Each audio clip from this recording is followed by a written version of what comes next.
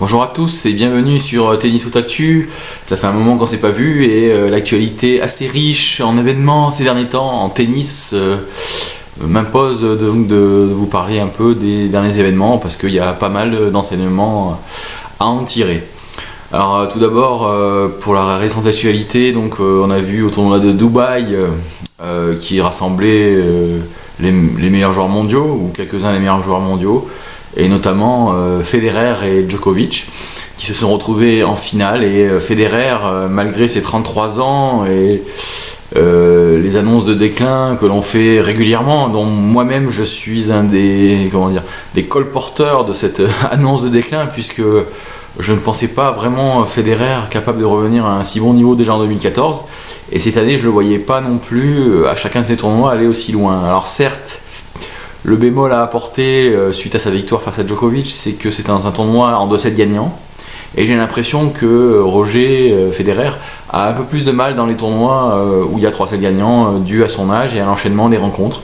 Mais sur 2-7 gagnants, sur surface dure, en indoor, il reste l'un des meilleurs joueurs du monde, sinon le meilleur. Et donc il a battu en finale Djokovic, non sans mal hein, bien sûr, puisque on ne peut pas battre Djokovic comme ça facilement. Hein. Le score est de 6-3, 7-5 il me semble. Et dans beaucoup de jeux, dans les 2 sets d'ailleurs, et dans beaucoup de jeux de service de Federer a été en difficulté, il a dû sauver de nombreuses balles de break. Mais bon, toujours est-il qu'il enchaîne un 84e c'est ça, succès en tournoi, ce qui le place vraiment très très haut dans la hiérarchie mondiale des joueurs de tennis dans l'histoire. Connors est le plus grand, est le recordman des victoires en tournoi, oui, il en a 109. Donc Roger, ça va être un peu dur parce qu'il en a encore à 25 victoires en tournoi, à raison de 5 victoires par an, il faudrait qu'il continue encore à jouer 5 ans. Remarquez dans un récent interview, pas plus tard qu'il y a 2 jours, ou hier, Roger Federer a dit clairement qu'il continuera à jouer jusqu'à qu'il ne puisse plus rivaliser avec les meilleurs, et pour l'instant il peut rivaliser avec les meilleurs. Il a encore prouvé hier en battant Djoko donc en finale à Dubaï. En passant, c'est la 7e victoire en ce tournoi de Dubaï, ce qui est quand même exceptionnel. Ensuite, pour les autres joueurs qui sont juste en dessous de Nadal, Nadal c'est le lapsus parce que je vais parler de Nadal, donc ils sont juste en dessous de Djokovic et de Federer. Donc parlons de Nadal. Nadal est en finale du tournoi de Buenos Aires. Hier soir, il a battu Carlos Berlocq, un joueur argentin de terre battue, honnête, autour de la 50e place mondiale. Hein. Ça reste un bon joueur de terre battue, mais pas exceptionnel. Et Nadal a eu toutes les peines du monde quand même à le battre. Enfin, du moins au premier set, puisqu'il est dû aller jusqu'au tie-break, et dans le tie-break, il était mené par 6 points à 1, mais il a eu toujours cette grinta, cette force mentale de revenir, de sauver 5 balles de set et de remporter le tie-break. Le second set, il a été breaké d'entrée, il était mené 2-0, mais il a su revenir et conclure le match 6-2.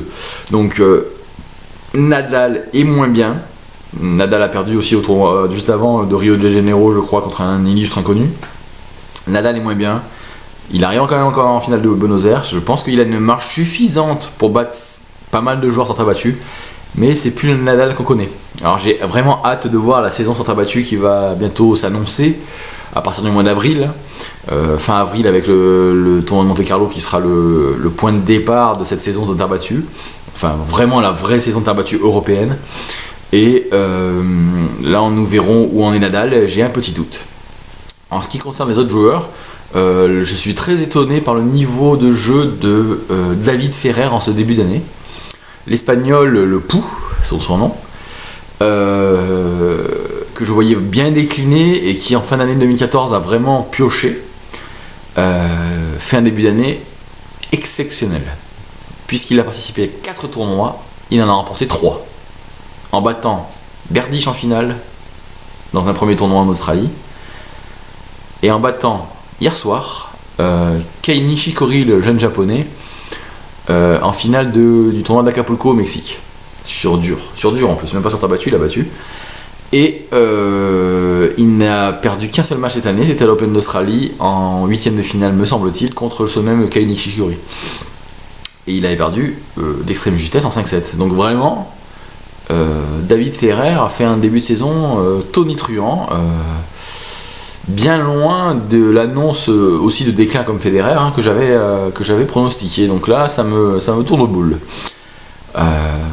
Mais là aussi, comme Roger Federer, les 32 ans, son âge, c'est 32 ans, vont l'empêcher quand même d'enchaîner les tournois. D'ailleurs, on voit que Roger Federer et David Ferrer n'ont disputé chacun que 3 pour Federer, 4 pour Ferrer. Ils n'ont disputé que 3 et 4 tournois, donc respectivement. Donc ça veut dire qu'ils choisissent bien leur tournoi. Ils ne l'enchaînent pas non plus à une vitesse folle. Ils gèrent bien leur saison, ils se connaissent.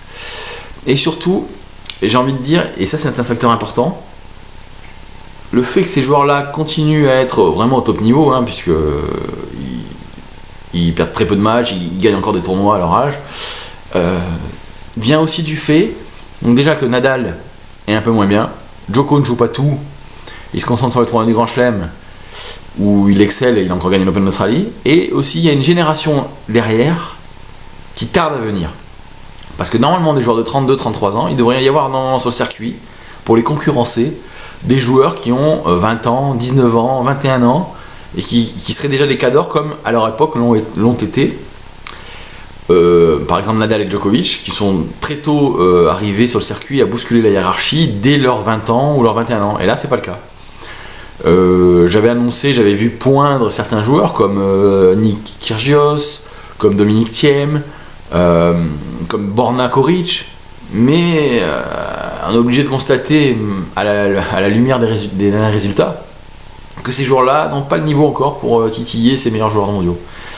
Et donc là, on est en présence d'un trou générationnel qui fait que des joueurs plus âgés durent et continuent d'avoir des résultats qui sont très très bien.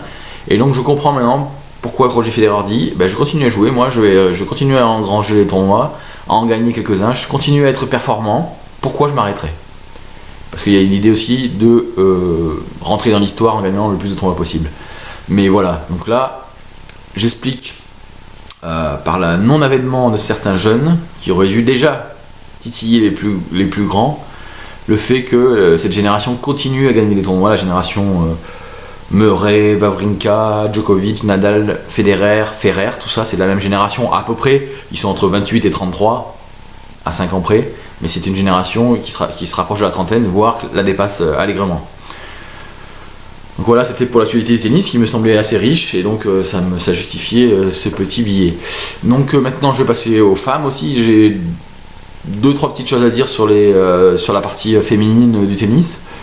Donc là, hier soir, Caroline Garcia, qui pour moi est le futur du tennis français, a été défaite en finale du tournoi d'Acapulco, la version féminine du tournoi masculin. Elle a été battue par Timea Basinski, une Suissesse qui est autour de la 50e place mondiale, 38e place mondiale je crois. C'est un de ses meilleurs classements, mais c'est une joueuse de 25 ans qui n'a jamais été mieux que ça. Et c'est un peu décevant la manière dont Caroline Garcia a été vraiment battue en finale. Elle a été battue, je crois, 6-3, 6-0 assez rapidement. Alors je peux expliquer cette défaite par le fait que dans les 2 tours suivants, elle a bénéficié, notamment en demi-finale, du forfait de Sharapova, et au tour d'avant aussi du forfait au bout du premier set d'une autre joueuse. Et donc je pense qu'elle a perdu un peu de rythme, parce que normalement elle n'aurait pas dû perdre contre une joueuse comme Basinski, qui certes a un peu plus d'expérience, mais Caroline Garcia est amenée quand même, qui est 30e mondiale actuellement, est amenée à faire mieux. Et dans les années futures, moi je la voyais déjà en fin d'année de cette saison-là, dans les 20 premières mondiales, chose qu'elle peut toujours faire, et donc voilà, moi je crois toujours en elle. Alors au niveau du tennis féminin mondial, pas grand chose à dire en fait, juste féliciter l'équipe de France féminine de tennis, puisque au premier tour, j'en avais pas parlé, mais au premier tour de la Fed Cup, qui est un peu le pendant de la Coupe Davis côté masculin, les filles ont éliminé l'Italie, qui est quand même une sacrée bonne équipe, avec des joueuses vraiment assez d'expérience déjà et assez fortes. avec Sarah Errani qui est dans les 10 premières mondiales, je crois, ou autour de la 10e place, avec Camilla Giorgi qui est dans les 20 ou 30, donc avec une bonne densité de joueuses, et la France qui a perdu le premier match par Alizé Cornet. C'est un peu une habitude parce qu'on sait très bien qu'Alizé Cornet c'est un peu le Gasquet au féminin, c'est-à-dire aucun mental. Et souvent dans les matchs décisifs, ou quand on va loin dans le tournoi, ou quand c'est un match de Coupe Davis décisif, on sait qu'elle s'écroule. C'est ce qu'elle n'a pas manqué de faire, contre une joueuse en plus moins bien classée qu'elle. Et à ce moment-là, dans le Amélie Mauresmo, qui est la coach, qui est l'entraîneur de l'équipe de France de Fed Cup, a vraiment fait un très bon boulot et a lancé dans le grand bain Kristina Mladenovic. Alors là, pour faire une analogie avec des joueurs de tennis masculins, Kristina Mladenovic c'est un peu le Lecomte au féminin, c'est-à-dire qu'elle est capable de battre un peu n'importe qui sur un match, pour peu que ses attaques rentrent et qu'elle fasse peu de fautes directes. C'est ce qui s'est passé dans ce week-end de Fed Cup. Elle a été exceptionnelle, elle a gagné ses 2 matchs, et elle a gagné son match dans le dernier jour, et elle a été un des fers de lance du double féminin lors du dernier match, parce que la Fed Cup a la particularité, au contraire de la Coupe Davis, de ne pas disputer le double à mi-rencontre, le samedi de la rencontre, mais le double se dispute, c'est le match décisif en fait, il se dispute à la fin. Et lors de ce match décisif, Mladenovic associé à Caroline Garcia ont fait un double exceptionnel, puisqu'elles ont battu une des meilleures paires du monde de double féminin, avec Sarah Errani et son acolyte italienne, qui était une des meilleures joueuses de double du monde, quoi. Et donc elles ont fait un double exceptionnel et elles ont remporté la victoire. Bravo au coaching déjà d'Amélie Mauresmo, qui a été audacieuse dans ses choix. Ça m'étonne pas, puisqu'on voit que je vous rappelle qu'elle est le coach aussi d'Andy Murray en individuel, et Andy Murray a fait la finale Open d'Australie et a trouvé un regain d'activité et de forme ces derniers temps sur le circuit masculin. Allez, un dernier mot, c'est la Coupe Davis de tennis masculine qui se disputera le week-end prochain en Allemagne à Francfort. C'est un peu, un revival, souvenir, puisque l'an dernier la France avait éliminé l'Allemagne, c'était à Nancy ou à Metz, je ne sais plus, peut-être à Metz. 3 victoires à 2 après avoir été mené 2-0, 2 matchs à 0, et on s'en rappelle de la réaction notamment de Gaël Monfils et de Jo-Wilfried Tsonga, qui avait permis à la France de remonter la pente. Cette fois-ci ça va être très très dur, parce que l'Allemagne a quand même récupéré Philipp Kohlschreiber, un de ses meilleurs joueurs. Ils sont chez eux, et la France sera quand même diminuée, puisque Richard Gasquet a déposé forfait, j'ai envie de dire. Bon, après c'est pas une grosse perte, parce qu'on sait la qualité de Gasquet mental qui est très faible, et par contre une plus grosse perte c'est Tsonga, puisque Tsonga est toujours blessé et sa saison n'a pas vraiment démarré, et il ne sera pas là pour aider la France à gagner ce match là. Et là on va se reposer sur les épaules de Monfils et les frêles épaules de Simon. Même si Simon est très bon en individuel, c'est un joueur qui n'a jamais vraiment apporté sa pierre à l'édifice en Coupe Davis pour la France. Il a souvent perdu contre des joueurs qui étaient moins bons que lui, donc j'ai un peu un doute sur lui. J'espère qu'il va me faire mentir fortement. Voilà. Et en double, on aura puisque Beneteau a été appelé, mais je pense qu'il sera peut-être pas titulaire parce qu'il revient d'une blessure.